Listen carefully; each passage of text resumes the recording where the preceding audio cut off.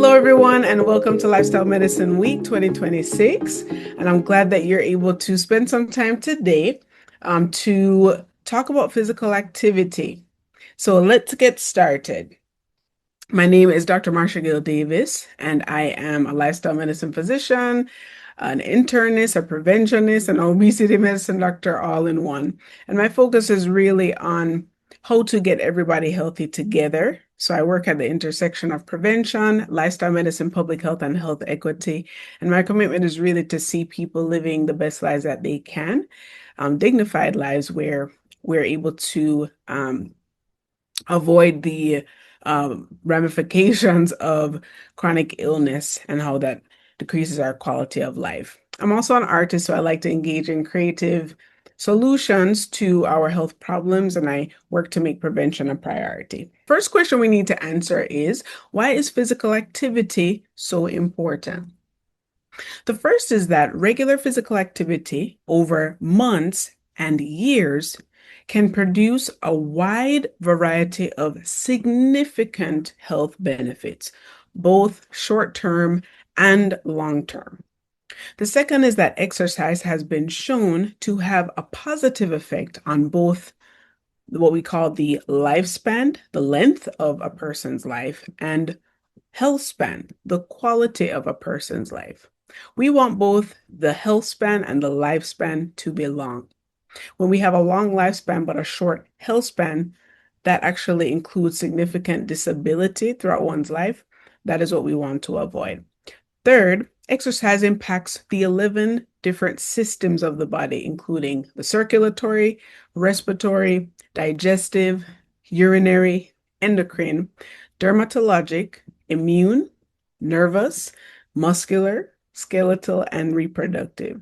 So that's a lot of systems that are all affected in a positive way by this one movement, this one activity. So I think of exercise as the body's glue because it acts as a whole body stabilizer, not only physically, but metabolically. So we can conclude that exercise is an essential building block of good health. Let us take a more specific look at the benefits of physical activity, and we will start with children.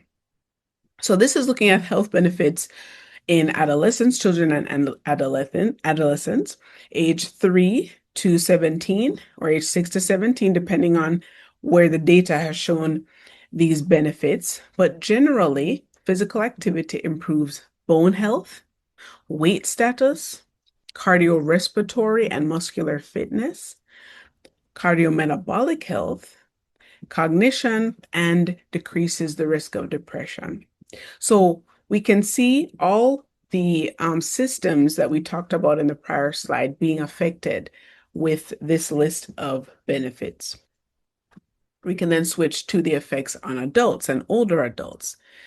And we see here that physical activity lowers all-cause mortality. Another way to say that is cause of death by any means. Overall physical activity actually lowers the risk of death by any means. It lowers the risk of death from cardiovascular disease. It lowers the risk of cardiovascular disease in general, as well as all of the intermediates to cardiovascular disease. That includes hypertension, type 2 diabetes, elevated lipid levels, cancers of many kinds, as we could see here, bladder, breast, colon, etc. And it also improves our cognition, the function of our brain.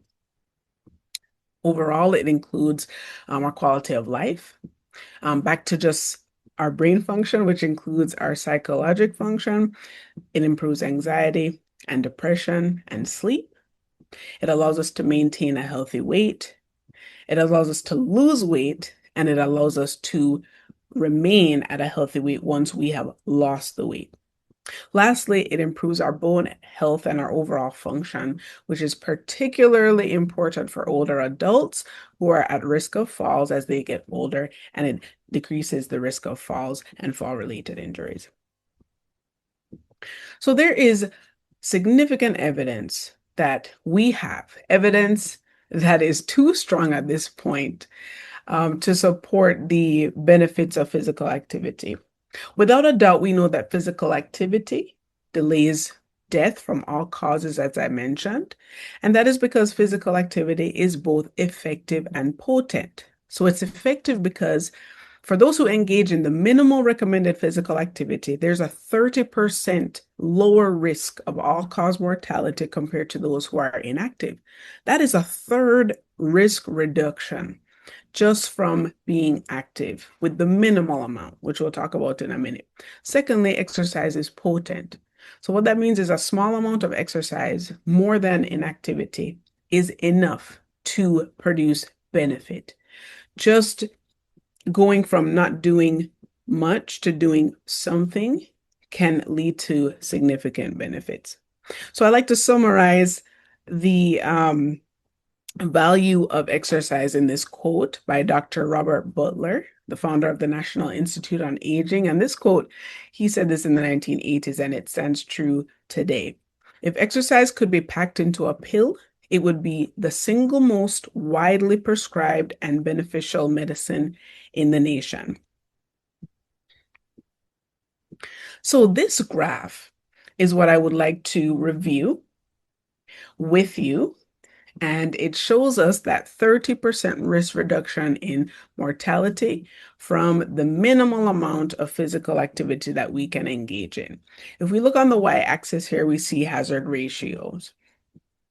And I wish I had a pointer to highlight this, but on the left, where the y-axis is, we see hazard ratios.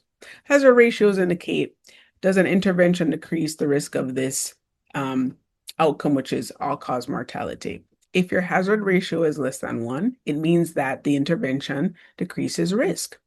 So we want to see that your hazard ratios decrease as the intervention is increased. On the x-axis, we have leisure time physical activity. That is how much time spent engaging in physical activity. And we see how that increases. So we start from 0 and we go to 5 to 10 to 15 and so on and so forth. So 0 to 5, what that means is that for that week, we've engaged in 5 hours of exercise. And so think of that as 5 days of the week, we've exercised for 1 hour.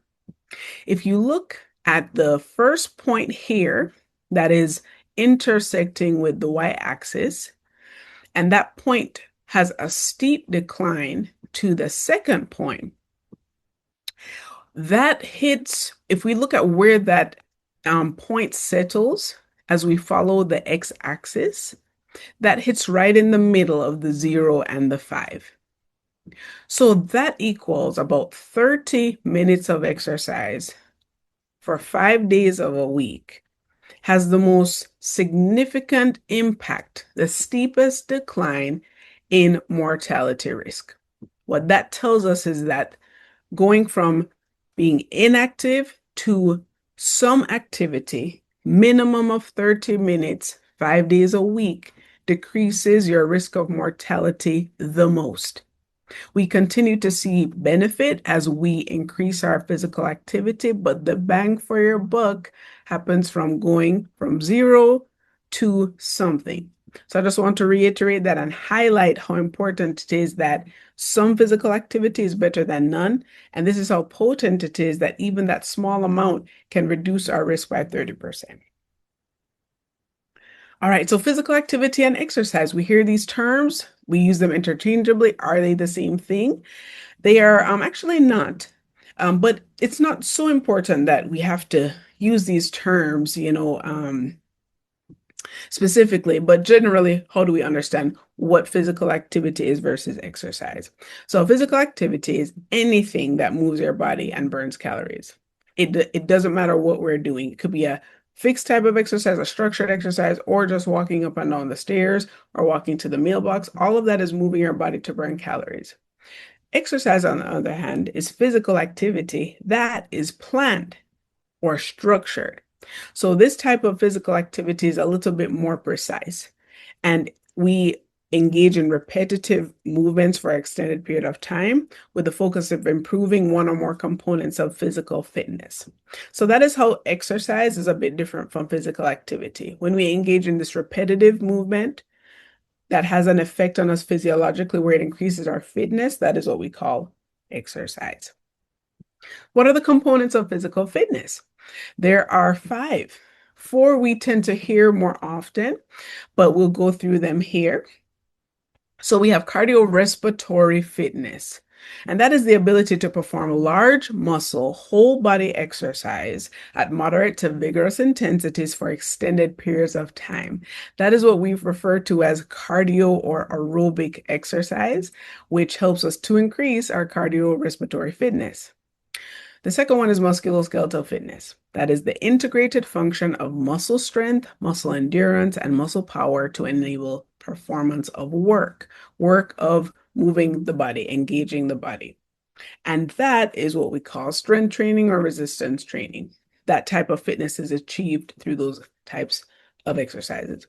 Flexibility, that is the range of motion available at a joint or a group of joints. And that is achieved through stretching and mobility exercises. Balance is the ability to maintain an equilibrium while moving or while stationary, and that is achieved through balance exercises. Typically, what we see is if you're able to build fitness in all four of those components, speed is almost like a natural byproduct of being able to achieve fitness in those other four areas. We can also modulate or amplify speed if we're focused on doing that, but your ability to move the body quickly, which is what speed is, tends to increase when we're fit in all these other areas. But doc, I'm on my feet all day. Does that even count? That's a question many people ask. And a lot of times patients tell me, but I'm on my feet. I work at a factory. I'm on my feet all day. I work at the retail store. I'm on my feet all day. And the truth of the matter is that it actually counts. We call this NEAT, which stands for non-exercise activity thermogenesis. And what that means is when we are not sleeping, eating, or exercising, these are the activities that we're engaging in. Walking to the mailbox, climbing up the stairs, what is not considered exercise. So it's physical activity minus exercise, whatever is left, that is NEAT. And so NEAT actually burns calories, but it does not engage us in that fitness level of exercise that begins to change our physiology underneath, but it still helps to allow us to be physically active. So we have guidelines through the physical activity guidelines for different age groups and life stages. And this is very helpful. Physical activity guidelines just give us a prescription. So I like to call them prescriptions because they tell us this is the dose that you want to try and take every day of this medicine to see improvement in your health. We have guidelines for preschool age children, guidelines for children and adolescents, guidelines for adults, older adults, pregnant women in the postpartum period, and adults with chronic conditions and adults with disabilities. So let's take a look at the prescription for children. So generally, with school-age children and adolescents, and preschool kids as well, because all kids need to move, is that at least an hour of time every day should be spent engaging in aerobic exercise, muscle strengthening exercises, and bone strengthening exercises all in one. The good thing about children and what they typically do for exercise is just different forms of play. And it tends to incorporate all of these things in one, such as playing tag or going on the jungle gym, doing monkey bars, all of these different things. Sports as well tend to engage all of these different areas of fitness for children.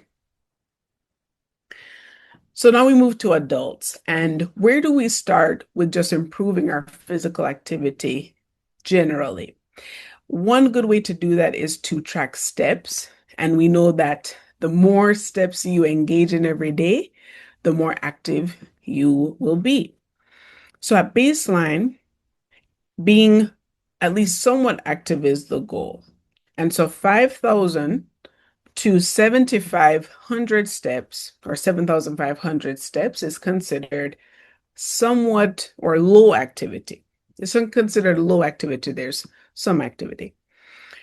7,500 to 10,000 is considered somewhat active. 10,000 to around 12,000 is considered active, and above 12,000 or 12,500 is considered very active. So one of the ways that I encourage my patients to get a sense of how active they are is just to track their steps, which is pretty easy. You already do it on your phone. Your phone has the ability to track your steps because it has a little pedometer inside of it that different apps can access. And if you have an Apple phone, it already does it for you naturally if you have that app engaged, and you can track how many steps you're getting in every day. And that gives you a good sense of, am I staying active? Am I keeping active? Okay. Maybe I'm under where this prescription is recommending. I can do some things to increase that activity. Okay. And I mentioned that about the different levels of activity with your steps. So for adults, generally the prescription for aerobic exercise or cardio, which helps to improve that cardiorespiratory fitness, is about 150 minutes to 300 minutes per week if you're doing what's called moderate intensity aerobic activity. If you're doing what's called vigorous intensity activity, you can see at that second sentence in this infographic, it says, if you prefer to do vigorous, aim for at least 75 minutes to 150 minutes a week. And so what's the difference between moderate and vigorous intensity activity? So examples of moderate intensity activity or aerobic exercises include brisk walking, generally at least 2 miles per hour, 2.5 miles per hour, which you can see on a treadmill, which is what I'm walking on right now. And what's the speed of this? Yeah, it's about 1. So brisk walking is faster than that. Water aerobics, dancing, gardening, tennis, doubles, and biking slower than 10 miles per hour. So exercises that get you moving, but you're not engaging at the highest level of demand. And then examples of vigorous intensity aerobic activities include hiking uphill or with a heavy backpack or a weighted vest, running, swimming laps, vigorous aerobic dancing, heavy yard work, such as continuous digging or hoeing, tennis, but singles, cycling 10 miles per hour or faster, and jumping rope, which is probably my favorite way to engage in exercise. How do we tell the difference? How do I know if I'm engaging in moderate intensity activity versus vigorous intensity activity? As a rule of thumb, when you're engaging in moderate intensity activity, you're able to talk but not sing. So you can see if this is comfortable for you. Can I talk? I'm talking. I would consider this moderate level physical activity. But a person doing vigorous intensity activity cannot talk, neither can they sing without pausing for a breath. So that gives you a little bit of a litmus test to see how vigorous is my activity level. Okay, we move on to strength training. This improves our musculoskeletal fitness. And so the recommendation is about 2 to 3 days per week, 3 sets of 10 to 12 reps of different exercises that work on major muscle groups that include the shoulders, chest, the core, back, hips, legs, and ankles. And what are the options? What are the options that we have for strength training?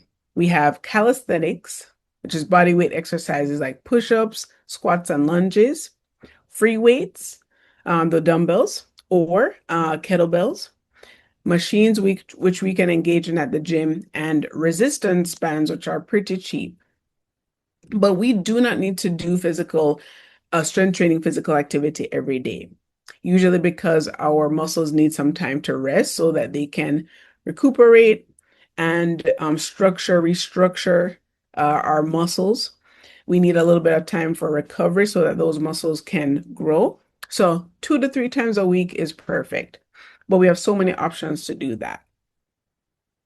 And then stretching and flexibility, which increases our overall mobility. The goal for that is 2 to 3 times a week, again, working on major muscle groups, but now we're holding stretches from 10 to 30 seconds and repeating that about 2 to 3 times. Pretty simple recommendations. And the good news is that stretching and strength training can be less frequent and at a smaller amount. Lastly, the balance exercises. how does this come into play? Balance is usually more of a concern as people get older. Older individuals begin to lose balance because of the function that they begin to lose when they're not as physically active. And we see that trend happen. As people age, their muscle mass decreases. And if they're not engaging in physical activity, they can begin to lose that physical function and along with that balance. So this is really more strongly recommended for older adults, especially to prevent them from having falls. And some examples of balance exercises include yoga and Tai Chi. And this is just a little example here of balance exercises that we can engage in. Um, One example is standing on one foot for about 10 seconds on each side and seeing how long we can balance that. If we can go longer for 10 seconds, excellent.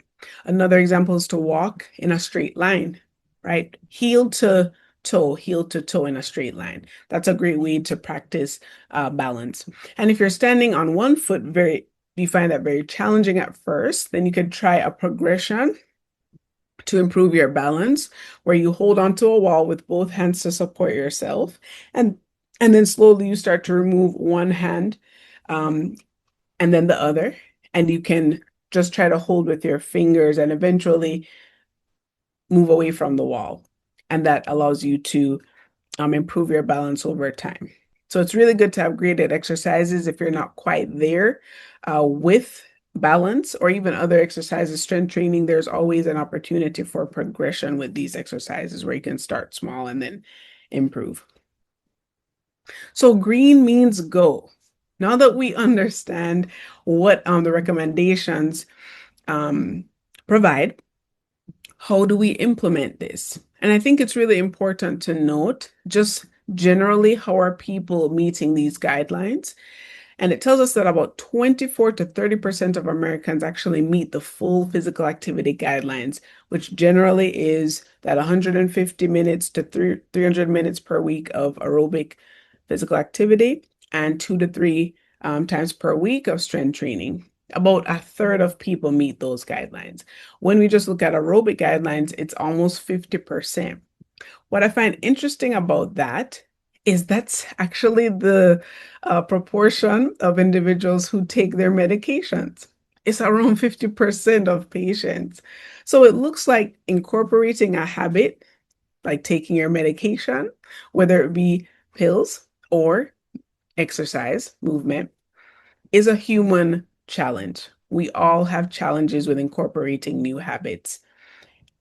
And so we do have these barriers to physical activity. How do we get around them? There's so many barriers. I hear this all the time in the clinic from my patients. The main one is lack of time. Just don't have enough time. So many things are going on, so many obligations. It's hard to prioritize this. Fatigue and low energy. I just don't feel like I have the energy. Low motivation. Just don't really feel like doing it. Cost and access. Fear of injury and health issues. Lack of knowledge. I don't even know what to do. I don't even know how to do it. Environmental factors, where I am, my location, safety, and then lastly, social influence or support, having community where you can engage in these activities. So we'll just touch down on a couple of these barriers on how we can get past them. So the first barrier, lack of time. One of the ways that we can get around this is to just take a moment to monitor our daily schedule. When we do that, we can start to identify some time slots where we can put in a little dose of movement medicine. And we do not have to have a chunk of time all at once. We can break this up and start really small. I tell my patients that even 5 minutes of exercise is worth something. And I really do believe that because I have the data to support it. I already saw that going from doing not much to something makes enough of a metabolic, cellular, physiologic difference in your body that it's worth it. And secondly, what it does is it allows you to start creating a habit framework that you can build on in the future. So we just need you to start somewhere. Again, 0 is the goal. We're trying to avoid 0. All right, so adding physical activity, choosing activity that is natural, things that you already like. walking, dancing, hula hoop, whatever the case is. I have patients who are doing some really interesting types of exercises, hula hooping, using a rebounder, and they do that for about 10 minutes, 15 minutes, and it's working out great for them to get that medicine every day. Being able to use facilities, where you are. If you are at work and you have access to a gym at your work and they provide that, that's an easy in. Or if you have a gym on your way home, it's not going to be away from you at a significant distance. It becomes a natural part of your routine. That's a great way to insert that time. Another option is to hold meetings or engage in movement in a way where you're superimposing it on something else that you have to do. This is a definite recommendation I have for my patients. And I say, when you're at home, if you're sitting down and watching TV, that's a perfect opportunity for you to be doing something at the same time or using the commercials as breaks to do some physical activity. If you have a treadmill, that's probably the best option. You can watch your movie and watch your show on the treadmill without even thinking about it. You're not even thinking about the exercise. You're fully engaged in your show and you're enjoying it. And at the same time, you've just gotten a dose of medicine from movement. It's a perfect win-win situation. So those are just some examples there.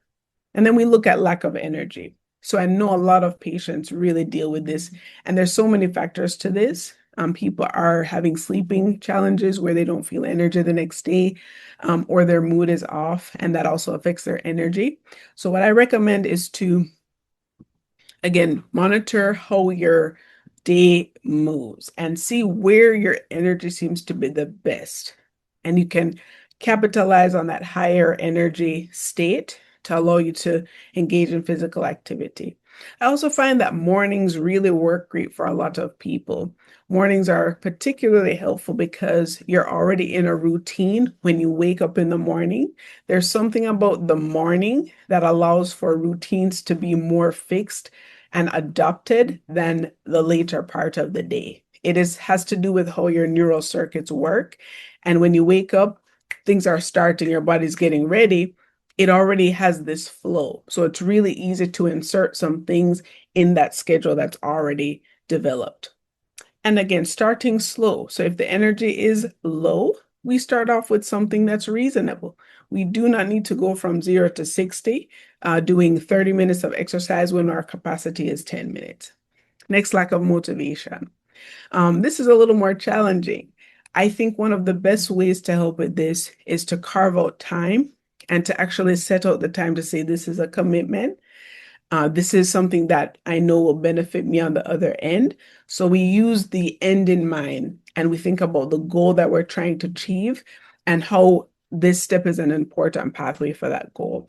Another reason is to start to pay attention to how your body responds to exercise. When you begin to really feel the benefits, know you're engaged emotionally with the value of it, that can help. And then having a why, exercise um, will allow you to improve your health. Why do you want to improve your health? To be there for my family, to live a long life, to avoid disease and chronic illness that I might have observed my parents experiencing or family and friends. And that helps to give you a little bit more boost with the reasons why you're doing it. Joining a class definitely helps as well, and having a trainer. So those are ways to get connected to the social support to improve your adherence to the exercise, which leads us to that last option. We talked about getting into classes. Friendships, pairing up with a friend. That's a very common one. Many of my patients, they start grouping up with friends to get into a walking pattern or going to the gym and inviting your family and friends to participate. I see a lot of couples starting to exercise with each other, and that's been a win-win for them. All right, so generally with the overcoming the barriers, how do we want to approach this? We summarize, we want to try to prioritize the time by scheduling it. We want to start small and to break it up if we need to. We don't have to do everything in one big chunk. Find support through classes, through friends, through family members. Choose activities that naturally we are interested in and that we would enjoy. And there are many free resources available. I didn't get to mention this in details, but YouTube is a powerhouse when it comes to exercise options. They're 100% free. They are all effective. There are lots of different flavors to the types of exercises you can do. So this is a great option at no cost. All right. So I hope that this has been a helpful primer on physical activity, and I wish you all a wonderful rest of your lifestyle medicine week. And just to conclude, exercise is a medicine and is one of the most important medicines that we can take daily. Let us not delay and start today in feeling our best with the help of physical activity.